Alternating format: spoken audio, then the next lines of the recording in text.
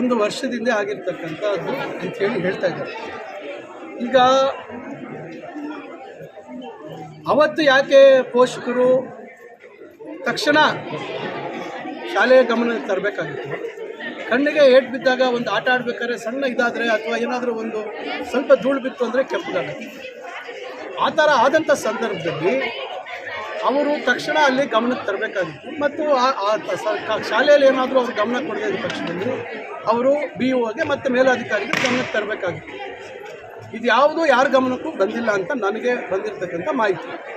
ನಂತರ ಆಧಾರ್ ಕಾರ್ಡ್ಗೆ ಹೋದಂಥ ಸಂದರ್ಭದಲ್ಲಿ ಆಗ ಕಣ್ಣು ಪರೀಕ್ಷೆ ಮಾಡಿದಾಗ ಒಂದು ಕಣ್ಣಲ್ಲಿ ದೃಷ್ಟಿ ಇಲ್ಲ ಅಂತಕ್ಕಂಥದ್ದು ಹೇಳಿದ್ರು ಅಂತ ಹೇಳಿ ಆಗ ಪೋಷಕರು ಅದ್ರ ಬಗ್ಗೆ ಯೋಚನೆ ಮಾಡಿ ಮಿಂಟೋ ಹಾಸ್ಪಿಟ್ಲು ಮತ್ತೊಂದು ಕಡೆ ಹೋಗುವಂಥದ್ದು ಮಾಡಿದಾಗ ಶಾಲೆಗೆ ಬಂದು ತಿಳಿಸಿದಾಗ ಶಾಲೆಯಲ್ಲಿರ್ತಕ್ಕಂಥ ಶಿಕ್ಷಕರು ಎಲ್ಲರೂ ಅವರು ಸ್ವಲ್ಪ ವಂತಿಕೆಯನ್ನು ಕೊಟ್ಟು ಅದನ್ನು ಅವ್ರಿಗೆ ಚಿಕಿತ್ಸೆ ಕೊಡೋಣ ಅಂಥೇಳಿ ಪ್ರಯತ್ನ ಮಾಡಿರ್ತಕ್ಕಂಥದ್ದಿದೆ ಅಂತ ನನಗಿರುವಂಥ ಮಾಹಿತಿ. ಅದಾದ ನಂತರ ಅವರು ದೃಷ್ಟಿ ಬರೋದಿಲ್ಲ ಅಂತಕ್ಕಂಥದ್ದು ನರ್ವ್ಸ್ ಅಫೆಕ್ಟ್ ಆಗಿದೆ ಅಂತೇಳಿ ಹೇಳ್ತಾ ಇದ್ದಾರೆ ಅಂತೇಳಿ ಇದು ಹೇಳಿರ್ತಕ್ಕಂಥದ್ದು. ಇದಾದ ನಂತರ ಈಗ ಅದನ್ನು ಬೇರೆ ಬೇರೆ ರೀತಿಯಲ್ಲಿ ರಾಜಕೀಯ ಇದಕ್ಕೆ ಬಳಸ್ಕೊಂಡು ಈಗ ಆ ಮಗುಗೆ ನಿಜವಾಗ್ಲೂ ನ್ಯಾಯ ಮಾಡಬೇಕು ಅಂತಂದರೆ ನನ್ನ ಗಮನಕ್ಕೆ ಬಂದ ಮೇಲೆ ನಾನು DO ಅವ್ರಿಗೆ ಹೇಳಿದೆ, ಸಮಗ್ರವಾಗಿ ಹೋಗಿ ವರದಿ ತಗೊಳ್ಳಿ ಶಾಲೆಯಲ್ಲಿ ಏನಾಗಿದೆ ಅಂತಕ್ಕಂಥದ್ದು. ಯಾಕಂದರೆ ನ್ಯಾಯ ಪಂಚಾಯಿತಿಗಳು ಮಾಡಿದ್ದಾರೆ, ಹಣ ಕೇಳಿದ್ದಾರೆ, ಇಷ್ಟು ಹಣ ಕೊಡಿ, ಆಪ್ರೇಷನ್ ಮಾಡಿಸ್ತೀವಿ, ಅದು ಮಾಡಿಸ್ತೀವಿ, ಇದು ಮಾಡಿಸ್ತೀವಿ ಅಂತ ಏನೋ ನಮ್ಮ ಹಿಂದ್ಗಡೆ ನಡೆದಿರ್ತಕ್ಕಂಥದ್ದು.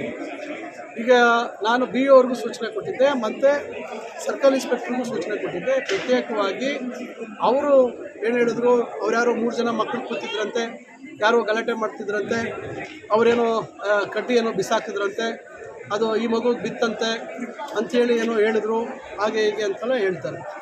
ಈಗ ಪೋಷಕರಿಗೆ ತಿಳುವಳಿಕೆ ಕಮ್ಮಿ ಇತ್ತು ಅಥವಾ ಏನು ವ್ಯವಸ್ಥೆ ಮಾಡಬೇಕು ಅನ್ನೋದು ತಿಳುವಳಿಕೆ ಇತ್ತು ಅನ್ನೋದು ಗೊತ್ತಿಲ್ಲ.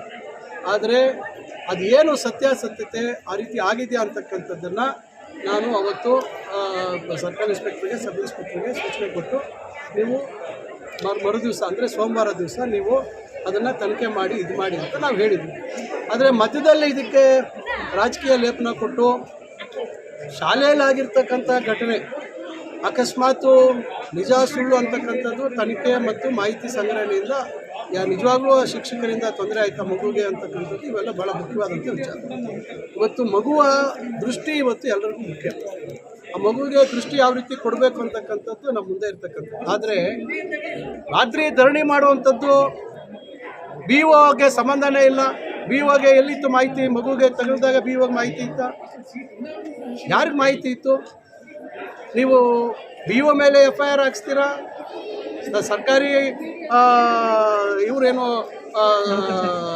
ನೌಕರರ ಸಂಘದ ಇವರು ಯಾರು ಅಲ್ಲಿ ಹೋಗಿ ಎಲ್ಲರಿಗೂ ಮಾತಾಡಿ ಏನೋ ಒಂದು ಸಹಾಯ ಮಾಡೋಣ ಅಂತೇಳಿ ಹೋದಂಥವ್ರ ಮೇಲೆಲ್ಲ ಹಾಕ್ಸ್ತೀರಾ? ಇದ್ರ ಉದ್ದೇಶ ಏನು? ಹಂಗಾರೆ ಆ ಮಗುಗೆ ದೃಷ್ಟಿ ಕೊಡುವಂಥದ್ದಲ್ಲ ನಿಮ್ಮ ಉದ್ದೇಶ. ನೀವು ಬೇರೆ ಬೇರೆ ಕಾರಣಗಳನ್ನು ಇಟ್ಕೊಂಡು ಬೇರೆ ಬೇರೆ ಸಂದರ್ಭದಲ್ಲಿ ನಿಮ್ಮ ಬೇಜವಾಬ್ದಾರಿ ಹೇಳಿಕೆಗಳ ವಿರುದ್ಧ ಹೋರಾಟಗಳನ್ನು ಮಾಡಿರ್ತಕ್ಕಂಥ ಅವ್ರ ಮೇಲೆ ದ್ವೇಷ ಸಾಧಿಸಬೇಕು ಅಂತಕ್ಕಂಥ ದೃಷ್ಟಿಯಲ್ಲಿ ನೀವು ಇವತ್ತು ಆ ಅಧಿಕಾರಿಗಳು ಇವತ್ತು ತಪ್ಪು ಮಾಡಿದ್ದಾರೆ.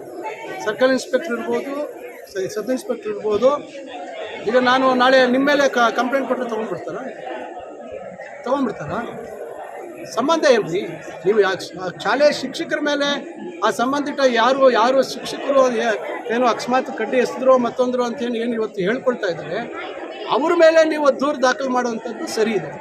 BO ಅವ್ರ ಮೇಲೆ ಮತ್ತೊಬ್ಬರ ಮೇಲೆ ಯಾವ ಆಧಾರದ ಮೇಲೆ ಮಾಡಿದ್ದೀರಾ ನೀವು ಕೇಸು? ಅದರಿಂದ ಈಗ ಇದನ್ನು ಭಾಳ ಗಂಭೀರವಾಗಿ ತೆಗೆದುಕೊಂಡಿದ್ದೀವಿ ನಾವು. ಇದು ಈ ರೀತಿಯಾಗಿ ಅಧಿಕಾರಿಗಳ ನೈತಿಕ ಬಲವನ್ನು ಕುಗ್ಗಿಸ್ತಕ್ಕಂಥದ್ದು, ಬ್ಲ್ಯಾಕ್ ಮೇಲ್ ಮಾಡ್ತಕ್ಕಂಥ ತಂತ್ರಗಾರಿಕೆಗೆ ನಾವು ಅವಕಾಶ ಕೊಡೋದಿಲ್ಲ. ಆ ಮಗುಗೆ ದೃಷ್ಟಿ ತೊಂದರೆ ಆಗಿದೆ, ಆ ಮಗುಗೆ ದೃಷ್ಟಿಗೆ ಸಹಾಯ ಮಾಡಬೇಕು, ಅದು ಖಂಡಿತ ಅದು ಎಲ್ಲರ ಜವಾಬ್ದಾರಿ ಇದೆ. ಆದರೆ ರಾಜಕೀಯಕ್ಕೆ ಅದನ್ನು ಬಳಸ್ಕೊಂಡು ನೀವು ಅದನ್ನು ನಿಮ್ಮ ದ್ವೇಷ ಸಾಧನೆ ಮಾಡೋದು ಎಷ್ಟು ಸರಿ? ಈಗ ನೇಹಾ ಪ್ರಕರಣ ಹುಬ್ಳಿದು ಲೋಕಸಭಾ ಚುನಾವಣೆ ಸಂದರ್ಭದಲ್ಲಿ ಯಾರ್ಯಾರು ಹೋಗಿ ಅವ್ರ ಮನೆಗೆ ಭೇಟಿ ಕೊಟ್ಟರು. ಈಗ ಪಾಪ ಆ ಪರಿಸ್ಥಿತಿ ಏನಾಯಿತು? ಹಿರೇಮಠ ಅವ್ರ ತಂದೆಯವರು ಅವತ್ತು ಎಲ್ಲ ದೊಡ್ಡ ರಾಷ್ಟ್ರ ನಾಯಕರೆಲ್ಲ ಅವ್ರ ಮನೆಗೆ ಭೇಟಿ ಕೊಟ್ಟರಲ್ಲ ರಾಜಕೀಯ ಲಾಭ ಪಡೆಯೋಕ್ಕೆ. ಇವತ್ತೇನಾಯಿತು ಪ್ರಕರಣ? ಎಲ್ಲರಿಗೂ ಬಂತು. ಈಗ ಅದು ಅವ್ರ ತಂದೆಯವ್ರಿಗೆ ನ್ಯಾಯ ಕೊಡೋದಕ್ಕೆ ಇವರೆಲ್ಲರೂ ಬೇರೆಯವರು ಹೋಗಿ ಅವ್ರ ಮೇಲೆ ಸಹಾನುಭೂತಿಯನ್ನು ವ್ಯಕ್ತಪಡಿಸಿ ರಾಜಕೀಯಕ್ಕೆ ಲಾಭಕ್ಕೆ ಬಳಸ್ಕೊಂಡ್ರಲ್ಲ, ಅವರೇನಾದರೂ ಇದ್ದಾರಾ? ಈಗ ಇದು ಅಷ್ಟೇ, ಆ ಮಗುಗೆ ದೃಷ್ಟಿಗೆ ಸಂಬಂಧಪಟ್ಟಂತೆ ಎಲ್ಲರೂ ಜವಾಬ್ದಾರಿಯುತವಾಗಿ ನಡ್ಕೋಬೇಕಾಗುತ್ತೆ. Thank you. ಇದು